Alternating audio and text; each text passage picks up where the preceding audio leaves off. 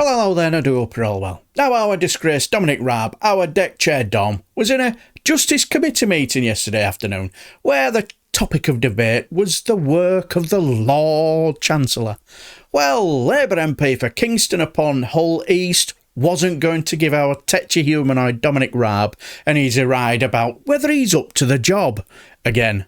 And cue the chair Conservative MP, Sir Robert Neill, to the rescue. Much indeed, Chair.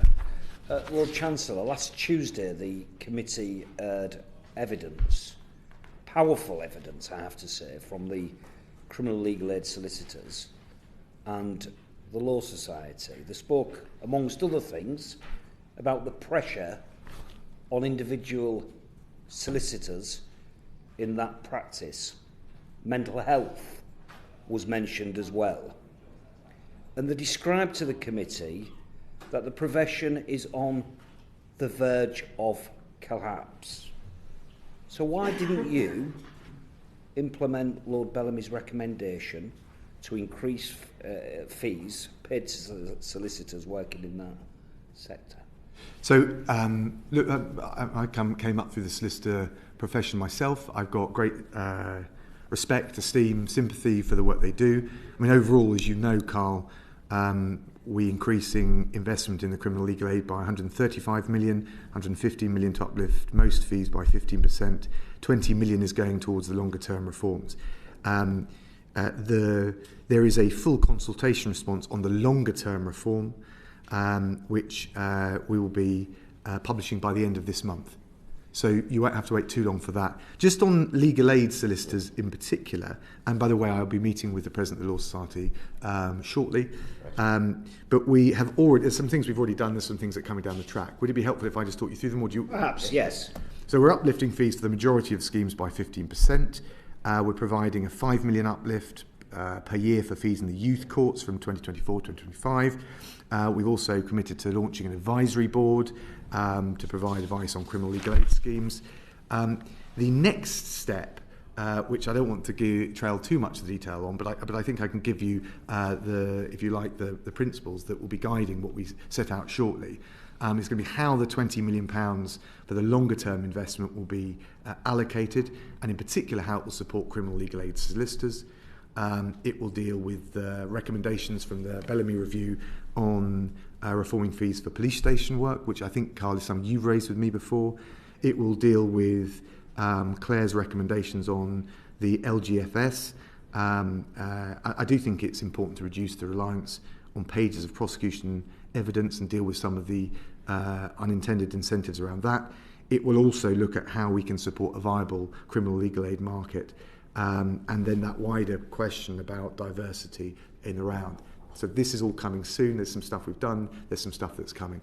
You accept, though, Lord Chancellor, that the profession really is about to collapse unless you're willing to change your approach and increase the fees under the litigated graduated fee scheme of 15%. Would you accept that it truly is I on the brink of collapse? I'm not sure that's the word I'd use. You won't be surprised to know. But I do think that we've got to address that second phase of longer term reform and try and look at this as a market as a whole and make sure it's vibrant, sustainable and diverse enough that we can, as I say, deal with the long term. So I accept the case for this second phase of reform, and money is going to be an important part of it. What's the timeline for implementing the LGFS scheme to 15%? Have you got any sort of an idea? As I said, we're going to be publishing this very soon. I don't want to trail bits of it, but I will be publishing it, I can tell you, by the end of November. How many criminal legal aid firms do you think will be operating by the time you, if I can put it like this, get your act together? Well, look, the fundamental thing we've got to try and do is make sure we service the need. And there's a whole range of ways of doing that, but I'm confident that we have the means, but also the structural reform to make sure that there is a viable sector, because the sector is important, because we respect the work that the lawyers do, but also because of the need that's out there. I mean, fundamentally, as much as I love the profession from which I came, my job is to try and make sure that for those vulnerable people that need that advice, they get it. So we're focused on that, but I think that does mean, inevitably, that we need a viable sector, and I think our reforms will deliver that. In 2010, Lord Chancellor, there was 1,861 criminal firms of solicitors with duty contracts. We were told in the evidence session last Tuesday that that's down to 964. What's your contingency plan if this entire thing collapses? Do you have one? Well, I think we've got enough flexibility in the system, enough investment going in, enough practitioners being willing to do the work. And look, the money is important, and I accept that. We've got to put it structurally on the right footing to be viable, not just for the short term, but the medium and the long term. So I'm confident that we can do that. So there's enough practitioners willing to do the work. Where are they? Well, look, they're there. Where are they, Lord Chancellor? Well, we say they're there, but with respect, where are they? No, I think they are there. There's certainly been a shift from, I think previously there would have been criminal legal aid solicitors and barristers who would have exclusively done that and taken a whole career out of that. There is now more sort of joint working in other areas as well as criminal. But I think once we've got the funding going in, I think we've got the people with the qualifications, the experience to take up that work. In 2017, Lord Chancellor, there was 5,240 duty solicitors on rotas. The numbers now are 3,825. Does that worry you? I think what I want to make sure is that those that need that support get it. And there's been this argument about refocusing on, if you like, advice earlier down the track. So what we do on police stations is very important. There are all the other areas of work. So it's not purely a question of the numbers, although I accept the numbers are important. What matters is how the work is done. And I think getting advice in earlier for those who really need it is a big part of that answer. There are areas of the country, Lord Chancellor, that literally do not have a duty qualified solicitor to attend a police station or a magistrate's court. Now, when alleged defendants, are not represented in proceedings, it's not just those defendants that suffer, it's victims of crime, isn't it? Does that not worry you? The system operates as a system, of course, and changes made in one area ricochet right the way through. But I mean, look, that's why we always have things like supplementary support. I'm not saying it's a substitute for, but it's always there. The civil legal advice telephone service is one example of that. That applies wherever you are in England and Wales. And of course, we keep the provision in terms of, you were talking about scarcity or deserts, as they're sometimes called. That's something that's kept constantly under review by the legal aid agency, and they've got measures and action that they can take whenever there's a particularly acute problem. You do accept that there's a major issue, don't you, that you need to address? I don't think the system has been is on a sustainable footing. I think Claire gives us the opportunity to reset that. I think we've shown as we've approached it, we've accepted almost all of the recommendations from the Bellamy Review. We've implemented them. We had to take the time we did to consult. That was a statutory requirement. I know there could be some argument about how quickly it came on tap. And then there's the second step, the £20 million, the wider long-term reform. I think we're grappling with all of that. I mean, if I'm, Carl, when I came in little more than a year ago, none of this had been done. We were still waiting for the Bellamy Review. It now has been published. I published it before Christmas. That was what the CBA wanted me to do. We've moved as swiftly as we possibly can. So whilst I appreciate some of the critique, the criticisms, and the concerns, actually, if you look what we've done in the course of just a year or so, we've actually moved this forward dramatically in a way that hadn't been happening before. So I understand some of the frustrations there, but we now do have a reform agenda that is motoring forward. The money is coming through, and we've shown we're serious about it. Well, you've mentioned the sort of timeline from you coming in, but I've got the chronology of that here. You were appointed, I think, in September 2021. On the 14th of March 22, 94% of the criminal bar CBA members voted for industrial action. I think I raised it the very next day in the chamber with you on the 15th of March. I think you accused me of being the shop steward for lawyers, criminal lawyers. I meant it as a compliment, Carl. Well, it was taken as a compliment, Lord Chancellor. You're very kind. Between April and June, the CBA undertook a system of no returns, a form of industrial action. June to July, CBA staged partial and escalating walkouts. There was then in August, 80% membership of the CBA voted to escalate the action. I think the strike began on the 5th of September. I think you were sacked on the 6th of September by Prime Minister Truss, and then the new Lord Chancellor, the Right Honourable Member for Great Yarmouth, came in and sorted it all out in a matter of a few weeks. Are you up to it? So, Carl, first of all, I came in September. By December, we had not just published Clare, but we had also given a direction of travel. So that was a matter of 3 months. You spent months refusing to meet and speak with them. No, I met Joe Sidhu before Christmas, and indeed the reason we published it before Christmas was on his advice. But look, I thought that the strike action was entirely, although I'm sympathetic to the pressures on the criminal bar, I didn't think it was warranted. And by the way, the cost of what it took to settle that is over £50 million. So whilst I'm not going to backtrack on a deal that was previously done, the idea that a magic wand could be thrown at this, or it was just a question of a diplomatic fix or niceties, is not the case.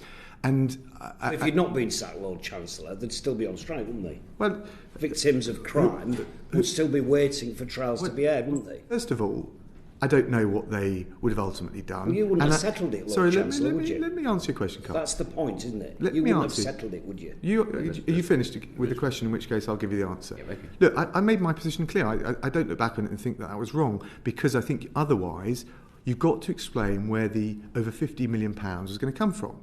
On the other hand, it having been settled, I don't believe in unpicking deals that have been done. I don't think that's quite right as a matter of good faith. So we move forward. But don't pretend for a moment that I certainly don't believe for a moment that that was a warranted strike. I think it did significant damage. I think the CBA didn't behave in a responsible way. And I think that the £50 million pressure that's put on budgets, given the on top of the autumn statement, is something that I've got to then find. Where would you say that 50 million should come from? Should it come from victim support? Should it come from drug rehabilitation? Should it come for education for prisoners? And those are the real problems in the real world that government ministers have to grapple with. So that money doesn't just come out of thin air. So that was the challenge. But as I said, I want to proceed as a matter of good faith.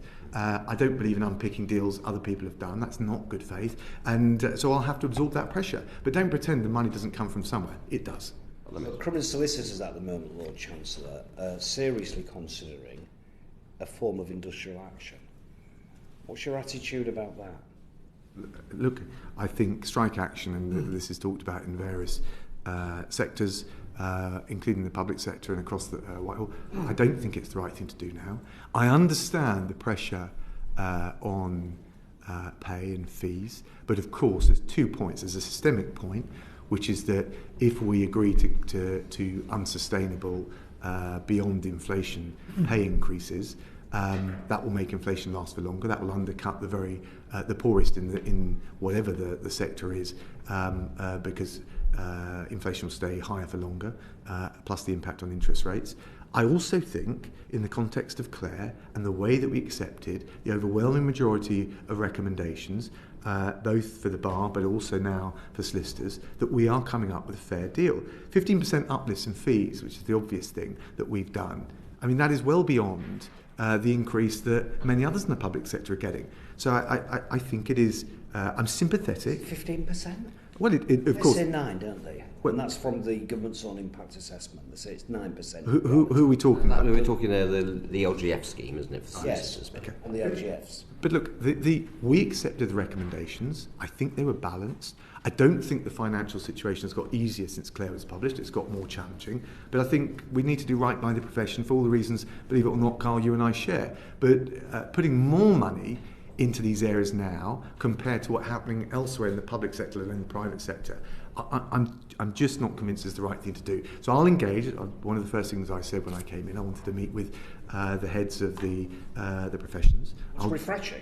No, Refreshing. yeah, I've not had that attitude previously. I did. I met with Stephanie Boyce. I met with the head of the Bar Council. I met with Joe Sidhu. I've always been willing to do that. What I can't do is pretend that there isn't a very real-world choice that we face as a government in terms of the public finances and the envelope that I've got and where that money should go.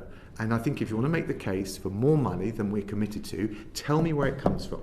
Does it come from the support that we're providing for the victims of violent crime or indeed the victims of rape? Does it come from the drug rehabilitation money that we're putting in and I'm trying to protect? Does it come from the money that I'm putting into ending or reducing reoffending by dealing with homelessness for prisoners? There's got to come from somewhere, Carl. The problem you have, Lord Chancellor, is that the Law Society and indeed the CLSA have concluded, I think, that the only way to get you to act, or indeed the government to act, is to take strike action. And that's terribly troubling, isn't it? Well, look, I'm not sure you could throw that in my direction, but in any event, the problem that, with respect, you've got is that a critique without a credible alternative and being able to answer the consequential questions of where the money comes from is not a plan. And I'm in the business of putting forward a sustainable plan. So respectfully, I've got to deal with the financial envelope I've got, the choices that in the real world I have to make, and the fact that we have followed, by and large, the lion's share of the Bellamy recommendations. I think that was the right thing to do. We'll continue with that agenda. You saw the Chancellor of the Exchequer, what a terrible state the profession is in, and the fact that it's suffered immensely in the last 12 years of a Tory government. You mentioned to the Chancellor of the Exchequer that you might need a few extra quid. So, look, I was I think one of the last departments to settle when we had the spending review. I argue the case very powerfully. The problem you've got, Carl, is it's all very well for it's the... not my problem, with respect, Lord Chancellor, well, it's yours. Well, no, but actually... It's a collective problem, though, isn't it? Yes, it is a collective problem. And critique without a credible alternative of your own, I'm afraid, is not particularly credible. So, look, I'm happy to answer all your questions, but you've always got to ask, where does that money come from? And at a time of precious resource, I've got to weigh in the balance all of those things. Thank you. I think we ventilated. No, I don't know about you. I thought Carl Turner was absolutely superb. I was just chuckling my way through it. Was proper getting under our deck chair Dom's skin, wasn't he? Now Sir Robert Neill, coming to the aid of our fellow Tory minister, is in scant opposition of our other fellow Tory MP, Sir Bill Cash, the other day. You know, remember when our Garant Davis was trying to find solutions to the mess this extreme Brexit Tory government had caused? And he didn't want to hear rational solutions, he just wanted to hear fantasy, where Sir Robert Neill was doing the opposite. Or what who knows? Funny old world, isn't it? But anyway, leave your comments below, and until the next time I shall bid you farewell and take care.